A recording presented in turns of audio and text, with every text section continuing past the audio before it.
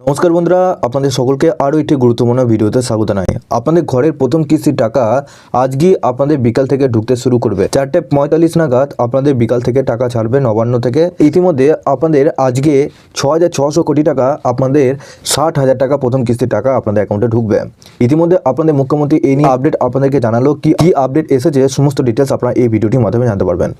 তার আগে আপনারা যদি আমাদের এই চ্যানেলে নতুন হয়ে থাকেন তো চ্যানেলটিকে অবশ্যই সাবস্ক্রাইব করে বেল নোটিফিকেশনটা অবশ্যই অল করে দিয়ে যাবেন। আমরা যখনই নতুন কিছু আপডেট দেবো আপনারা ওই নোটিফিকেশন বেলের মাধ্যমে সমস্ত আপডেট পেয়ে যাবেন। নিচে ডেসক্রিপশনে আমাদের হোয়াটসঅ্যাপ গ্রুপ এবং টেলিগ্রাম গ্রুপটিকে অবশ্যই জয়েন করে রাখুন। ওখান থেকে আপনারা প্রত্যেক দিন আপডেট পেয়ে যাবেন। তো বন্ধুরা, সবার প্রথম আপনাদেরকে এটা জানিয়ে রাখি, আপনাদের আগের ভিডিওতে আপনাদের পরিষ্কারভাবে ডিটেলসে জানিয়েছি আপনাদের আজকে বিকাল 4:45 নাগাদ নবান্ন সভাঘর থেকে আপনাদের প্রত্যেক বেনিফিশিয়ারি অ্যাকাউন্টে ঘরের প্রথম কিস্তির টাকা আপনাদের সরাসরি আপনাদের অ্যাকাউন্টে ঢুকে যাবে। এই ব্যানারটা যদি আপনারা দেখতে চান সেক্ষেত্রে আপনারা নিচে ডেসক্রিপশনে হোয়াটসঅ্যাপ গ্রুপের লিঙ্ক দেওয়া রয়েছে, আপনারা ডাইরেক্ট ওই লিঙ্কে ক্লিক করে হোয়াটসঅ্যাপ গ্রুপের সমস্ত ডিটেলস আপনাদের দেওয়া রয়েছে, আপনারা অবশ্যই একবার দেখে নেবেন। কি জানানো হয়েছে সেটাকে দেখে নেওয়া যাক, তারপর আপনাদের সমস্ত ডিটেলসে জানাবো মুখ্যমন্ত্রী আপনাদের কি জানালো। এখন এখানে আপনাদের বলা হয়েছে গত প্রায় 2 বছর ধরে আবাস যোজনা প্রকল্পে আর্থিক দুর্নীতি অভিযোগ তুলে কেন্দ্রীয় বরাদ্দ বন্ধ করে দিয়েছে কেন্দ্রীয় সরকার।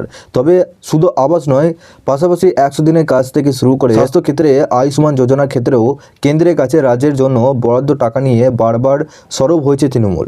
একাধিকবার অভিযোগ উঠেছে কেন্দ্রীয় সরকারের রাজ্যের জন্য বরাদ্দ আবাস যোজনা প্রকল্পের টাকা দেয়নি রাজ্যকে। তাই এবার সেই কাজের ভার একাই নিজের কাঁধে তুলে নিল সরকার।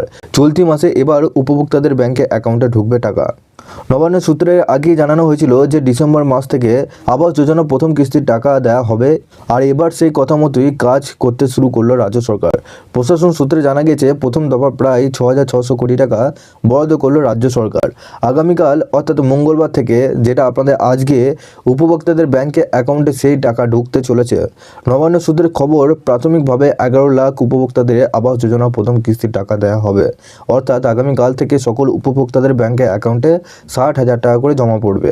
এরপর বাড়ির কাজ শুরু হলে মিলবে আরও 60,000 টাকা, অর্থাৎ দুটো কিস্তিতে মিলবে উপভোক্তাদের মোট 1,20,000 টাকা। নতুন দফার নির্দেশিকার এখানে কি বলা হয়েছে দেখুন। এছাড়া আবাস যোজনার টাকা নিয়ে যাতে কোনো আধিকারিক, নেতা, নেত্রী দুর্নীতিমূলক কাজ করতে না পারে তার জন্য রাজ্য সরকারের তরফে বাড়তি সতর্কতা অবলম্বন করা হয়েছে। রাজ্যে ট্যাপ কাণ্ডের পর যথেষ্ট সাবধানতা অবলম্বন করেছে রাজ্য সরকার। ইতিমধ্যে নতুন দফার নির্দেশিকা জারি করেছেন রাজ্যের পঞ্চায়েত সচিব পি উগ্রনাথন। সকল জেলা প্রশাসনের কাছে সেই নতুন দফার নির্দেশিকা পাঠানো হয়েছে। তাতে স্পষ্টভাবে পাশাপাশি নির্দেশ দেওয়া হয়েছে যে ব্লক বা পঞ্চায়েতের জন্য যে কোনো পরিমাণে অর্থ বরাদ্দ করা হয়েছে সেটা যাতে অন্যত্র না চলে যায় তা নিশ্চিত করা। এছাড়াও আবাস যোজনার উপভোক্তাদের প্রাথমিকভাবে নবান্ন থেকে কয়েকজনের হাতে শংসাপত্র তুলে দেবেন বলে ঠিক করেছেন মুখ্যমন্ত্রী মমতা বন্দ্যোপাধ্যায়। এই জন্য প্রতিটি জেলা থেকে 2 জন উপভোক্তা বাছাই করার নির্দেশ দেওয়া হয়েছে। তারপর বাকি উপভোক্তাদের ব্যাংকে অ্যাকাউন্টে সরাসরি টাকা জমা পড়বে। এছাড়াও পঞ্চায়েত দপ্তরের তরফে জানানো হয়েছে প্রথম কিস্তির টাকা পাঠানোর প্রক্রিয়া যাতে মসৃণভাবে হয় সেজন্য প্রতিটি ব্লকে দায়িত্ব দিতে হবে একজন সরকারি আধিকারিককে এবং পোর্টালে তোলা হবে উপভোক্তাদের প্রদান করা অভিন্ন নম্বর।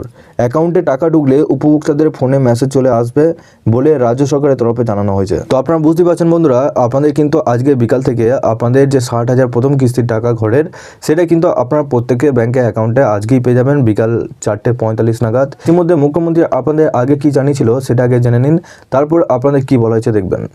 আমরা 11 লক্ষ বাড়ি ডিসেম্বরে ছাড়বো। 3 বছর কেন্দ্রীয় সরকার আমাদের গ্রামীণ আবাসের কোনো টাকা দেয়নি। তাছাড়াও 1,70,000 কোটি টাকা আমরা পাই। সার্ভেটা বর্ষা মানে জাস্ট শেষ হলেই শুরু করবে। এখনো 50 লক্ষ মাটির বাড়ি বাংলায় আছে।